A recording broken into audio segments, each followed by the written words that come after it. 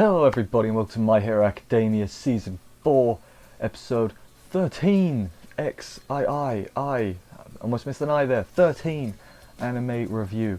What I assume is the finale of this arc. I guess it looks like next week we have sort of an epilogue-y type thing, so I guess that's technically the finale. Nah, epilogue's after the finale. You get what I'm saying? This was the big old showdown between Deku and Overhaul. Well, I guess continued. It was pretty damn cool, I'm not going to lie. There was some pretty damn hype moments. There was a song that played in the middle of it, which was, damn, it's pretty cool. Recognise the melody. Can't figure out what it is, though. Maybe someone who knows. I don't know. So, yeah. I enjoyed this episode, you know. This season of My Hero's getting a little bit of flack from, I do think it is the loud minority. But they're like, the animation sucks. And I'm like, well no. I need to show you Exhibit A. The Overhaul fight, that's good, but anyway, let's just crack on with the episode, see what happened and everything. Let's do this. So we start off a bit before where we left off last week with Uraraka and friends. They caught that big guy, hooray! They did stuff off screen, oh. But it doesn't matter because they didn't actually catch him, because he starts doing force suck to inhale life force, which he's got because of the drug boost, which apparently had something to do with his quirk. I thought his quirk was just like getting big, but whatever. Nejire's still up there, and she helps Ryukyu. Is that her name? Ryukyu, I think that's what I put. So if that's wrong, I apologize. But they do some fighting, and then Deku shows up, showing them where to go to fight where the bad guys are. And I was like, hang on a minute, Deku's down there. How can he up here? Oh, I get it. It was a pretty immediate. Oh, I get it. I see what's happening. Everything makes sense now. They plus ultra through the ceiling. It's pretty cool. Turns out the Deku that told them where to go wasn't Deku at all. I know, shock, horror. I was surprised too. It was in fact Himiko Toga from the League of Villains. God, my voice is going. That's not a good sign. And yeah, they're still helping out in their own little way. They tell Copy Guy, I forgot his name. Her and Twice tell this other guy who is a copy of the other dude, I forgot his name. They're like, hey, go grab Eri because that's pretty good. Meanwhile, the girl squad, I guess, they head down to help Night Eye. All four of them. 3 of them? 1, 2. No, it's 4 of them. All 4 of them go ahead Night Eye, while Deku goes to save Eri. Eri sees Lemillion's cape in the air, and she's like, you know what?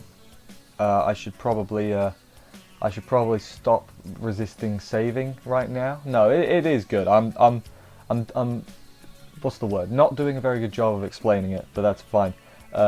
She sees it and that activates her quirk. Her horn starts going off light. And yeah, then we get a little bit of a backstory. So basically, her mum abandoned her. This is not Chisaki's dad, but not his actual dad. It's like adopted dad. His actual daughter abandoned Eri after her husband just disappeared, which we find out how and why later. But yeah, and then they put Chisaki in charge of her, finding out where her quirk is and everything, and he just like cut her open a lot and stuff because he just put her back together, which is a bit messed up considering everything. Even if you don't consider anything, it's pretty messed up. So Chisaki, you're a bad man. It does feel like we've got very dark this arc, I guess. But yeah, that's fine. I'm okay with a bit of darkature. Darkature? That makes sense. Her quirk, he says, it's called Rewind. It like rewinds time and stuff. And now she decides, hey, I actually want to be saved. Can you guys help me, please? Because Chisaki kind of sucks. I like you better. Can I just come with you, please? So yeah, after the break, I guess, that song starts playing and it's flipping good. It really sounds familiar and I can't put a finger on what it is. Someone's going to tell me, I'm going to be like, you know what, they're absolutely right. Genius. But yeah, weird insert song. Deku jumps up to Sailor, he's jumping up like little things like it's one of them computer games. And yeah, she jumps, he jumps, she's got the cape as well, I should have mentioned that. And then they like grab onto each other and it's very nice. There's like, oh, he finally saved her. Overhaul's mad, obviously, and he keeps launching things, and Deku's jumping off them and everything. And yeah, he has a flashback to the old, not a flashback, but a little memory, I guess, of what kind of hero do you want to be? And he's like, want to save everyone every time. And I'm like, Deku, that's a bit unrealistic, but I appreciate your gusto, and I get what you're saying. You know, I get the point of it, even if it is a bit naive to think. But yeah, somehow then he launches straight up into the air, like pew, like he's in the proper sky. Like not. Lucky there wasn't any ceiling, otherwise, I guess he would have gone through the ceiling with how much force he was exuding. Science of anime. That's a thing. Yeah, it turns out he used 100% to get up there. He's like, oh, I lost control again. Oh, my leg's probably broken. That's not good. Night Eye knows what's going to happen next. He knows Overhaul's going to chase him up. Overhaul, by the way, just absorbs another guy. You know, fair enough. Gets another form. Makes sense. He's going to go chase Deku and kill him, and then get away because Night Eye sees the future, and you know, all that. And Uraraka and friends all were like, we gotta go save him, but we can't move very well because we got force sucked.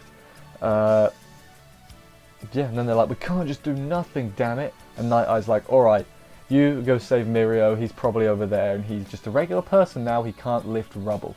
And the rest of us, we will go up to the surface to help. They didn't do a lot of helping, but we'll go to help. So basically what happened with Eri and Deku, or Deku's leg, I guess. So basically, because of Eri's rewinding ability, Deku broke his leg, but then Eri immediately rewound it. She's not doing it deliberately, she can't control it, it's just going off non-stop. So, because it's going off non-stop, she just, you know, rewinds it so that, you know, his leg's not broken, essentially. And yeah, then he gets a bit in pain a little bit because I guess he's rewound to, he keeps rewinding to when now he's in pain again. Maybe that was when he got stabbed in the arm or something. Maybe yes. But because she can't stop it, Overhaul tells him eventually she's going to rewind you out of existence. And I'm like, you know what? That's it. Obviously, that's what happened to her dad. Less than good. Also, like, there's a massive light coming off of it. Her dad should have realised, oh, the light is probably a bad thing. I should probably not hold her when the light's going off. Stupid. Or like, I get they're meant to be like, whatever, right? Couldn't they go see a doctor? Like, Deku went to the doctor when he, you know, didn't have a quirk. Surely they can observe the quirk and be like, oh yes, here's what it does. Unless they did and the doctor had no idea, in which case that doctor should be fired. Yeah, basically then Deku says that Eri's quirk is a blessing, which is nice. She cries a little bit after that because no one says nice things about her quirk anymore. You know that. And he figures out basically, if I take on enough injuries, or it doesn't really matter what injuries I take on because they'll be healed immediately as long as I don't like lose my head or something.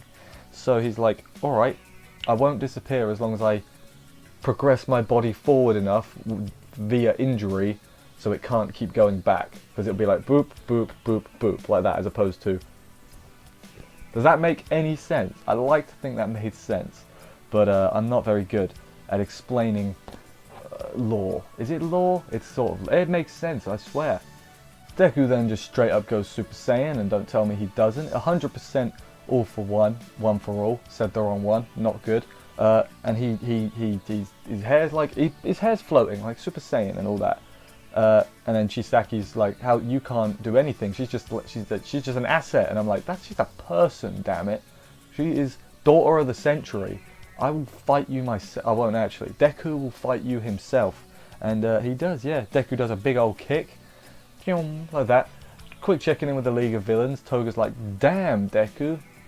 Basically. And then she's like, I wonder what happened to that guy we sent. He got killed off screen. They didn't do much. And then we go more flashbacks. That's the thing I guess I didn't really like about this fight is they kept breaking it up with flashbacks. Like, would I like them to do the flashbacks at a different time? But that's just minor nitpicking. It doesn't take away from it too much. This one is Chisaki's old man sounding disappointed, and the dad wasn't okay with the drug plan. He's like, stop, idiot, no. Stick to the... Because he knew Eri was a person. See, he's a good guy. So Chisaki put him in the hospital and then said he'd fix him when everything was done. So that's how you get your way, kids. Just put your parents in the hospital and then fix them after you've done everything you want to. So don't actually do that. He says like, he basically, I guess his plan was to take out all the hero pretenders and then sell the antidote to the heroes Meanwhile, the actual drug, I guess, to the villains to make a buttload of cash, which, you know, it's a decent strategy. Probably wouldn't work out in practice, because I mean they figured out where the drug was coming up from ahead of time, so it wouldn't have took a genius to figure out. It probably wouldn't have worked out, in all honesty. Deku does a punch storm where like a bunch of fists come down. That was pretty cool. And then he does a massive punch, final punch. Chisaki's mask flies off. He's been defeated. Night Eye is confused because this is not the future he saw. 100% Super Saiyan Deku is stronger than the future. It can be changed, and then he smiles because he knows that All Might is not destined to die, and that was the end of the episode. Wasn't it good? As I said, I very much enjoyed it. It was very fun. Liked the fight. Like I said, wish it wouldn't have kept getting split up. I should have also mentioned Deku like tied Eri to him with the Lemillion cape, so it's like he's absorbing his power, but not really, but spiritual energy. You know what I'm saying? It's symbolism. That's a good way of putting it. That's what it was cool. Also, Chisaki's like ultimate giant form was kind of weird, and it's weird to think we've still got half a season left because this felt very climactic. And from what I've heard, the second half will be a little bit less action-packed. That might not be true, but that's just what I've heard. So we got that to look forward to.